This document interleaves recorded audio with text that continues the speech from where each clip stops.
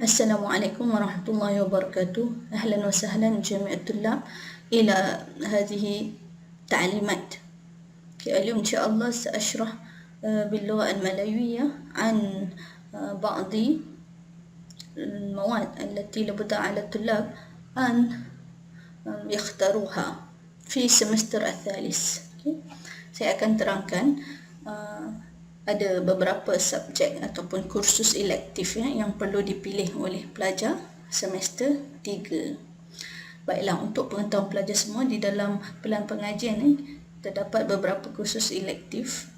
Tujuan untuk kita memberi pilihan pada pelajar ini adalah supaya pelajar dapat belajar kursus-kursus baharu yang memberi kesan untuk meningkatkan kemahiran bahasa pelajar mengikut minat dan cita rasa masing-masing. Baiklah, untuk semester 3 kursus yang kita tawarkan untuk dipilih oleh pelajar ada dua.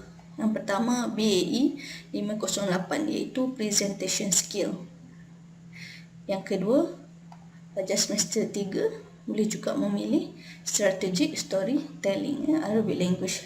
Kedua-duanya dipelajari di dalam bahasa Arab. Baik, jadi pelajar semester 3 tidak boleh mengambil kedua-dua kursus ini serentak, tetapi perlu memilih salah satu. Dan ada kemungkinan untuk pelajar dalam semester 3 berpecah kelas A, B, C dan seterusnya, dan bercampur dengan kelas lain mengikut kepada pilihan kursus masing-masing yang dibuat oleh pelajar. Baiklah, mari kita sama-sama lihat apakah perbezaan antara dua kursus ini. Baiklah, saya akan mulakan dengan BAE 508. Harap pelajar dapat memberi tumpuan ketika saya menerangkan subjek ini supaya pelajar dapat membantu untuk membuat pilihan. BAE 508 Presentation Skill, Arabic Language, iaitu kemahiran perbentangan bahasa Arab. Baik, jumlah student learning time adalah 120 jam.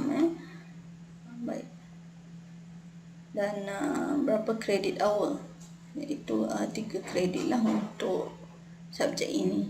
Jadi untuk subjek ini, apakah course learning outcome atau jangkaan yang dapat dipelajari oleh pelajar? Jadi pelajar akan mendapat cara bagaimana untuk menggunakan bahasa Arab secara efektif ketika membuat presentation secara oral. Kemudian pelajar juga akan dapat mengetahui cara untuk membuat presentation pembentangan secara kreatif dengan susun atau idea yang bagus dan jelas. Dan di akhir program ini juga dijangkakan pelajar berjaya untuk memilih material atau bahan-bahan atau information yang betul yang boleh digunakan di dalam oral presentation supaya oral presentation atau pembentangan lisan itu menjadi lebih efektif. Jadi ini dia antara syllabus content atau apa yang akan dipelajari. Antaranya adalah pengenalan, introduction to presentation skill, definisi dan latar belakang presentation skill, apa kepentingan kemahiran pembentangan ni, dan apa elemen-elemen pembentangan, kemudian apakah dia sifat attitude yang perlu ada pada seorang pembentang yang bagus dari sudut bakat, knowledge, pengetahuan, fluency, kelancaran bahasa dan sebagainya. Jenis pembentangan, ada yang lecture, ada yang narrative, jadi pelajar akan mengetahui apa beza antara keduanya. Kemudian pelajar juga akan mempelajari apa aspek-aspek penting ketika menyampaikan pembentangan. Antaranya bahasa, pronunciation, macam mana nada, intonasi yang betul, tekanan suara, dan aspek-aspek linguistik, body language, gerakan badan. Kemudian di dalam pembentangan juga pelajar perlu mengetahuilah bagaimana untuk menggunakan carta, diagram, contoh-contoh.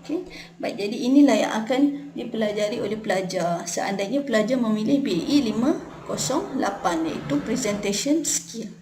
Baik, pilihan yang kedua adalah pelajar boleh memilih BE 509. 509 ni adalah strategic storytelling.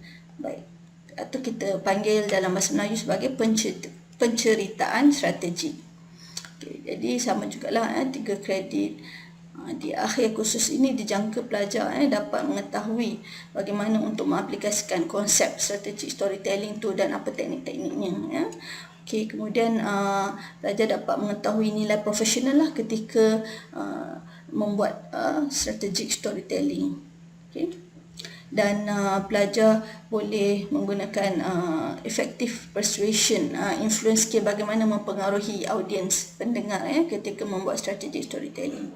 Dan ini adalah silibus konten dia lah, teori strategic storytelling, latar belakang, kemudian apa prinsip-prinsip asas, faedah storytelling, okay? Kemudian apa elemen yang menjadikan seorang penyampai, atau kita panggil storyteller ni penyampai lah, apa elemen yang bagus di dalam diri seorang penyampai storytelling tersebut. Kemudian storytelling ni pun penting apabila di peringkat kejayaan nanti antum bekerja sebagai CEO, pegawai eksekutif. Okay?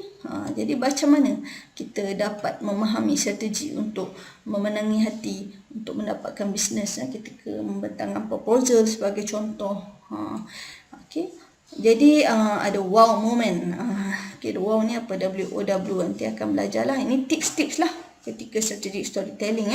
Kemudian macam mana strategic storytelling ni banyak digunakan pada hari ini, ada di barat ataupun di kita lah di Asia dalam sudut kepimpinan dan menyampaikan motivasi. Kemudian bagaimana kaitan antara strategic storytelling, media dan juga komunikasi, digital marketing.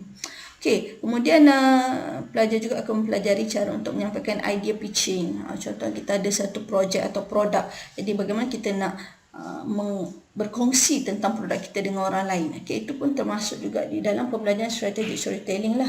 Jadi sangat bagus pelajar akan mempelajari apa itu idea pitch atau idea pitching. Jadi apa step-step dia. Okey, dan apa yang perlu dielakkan.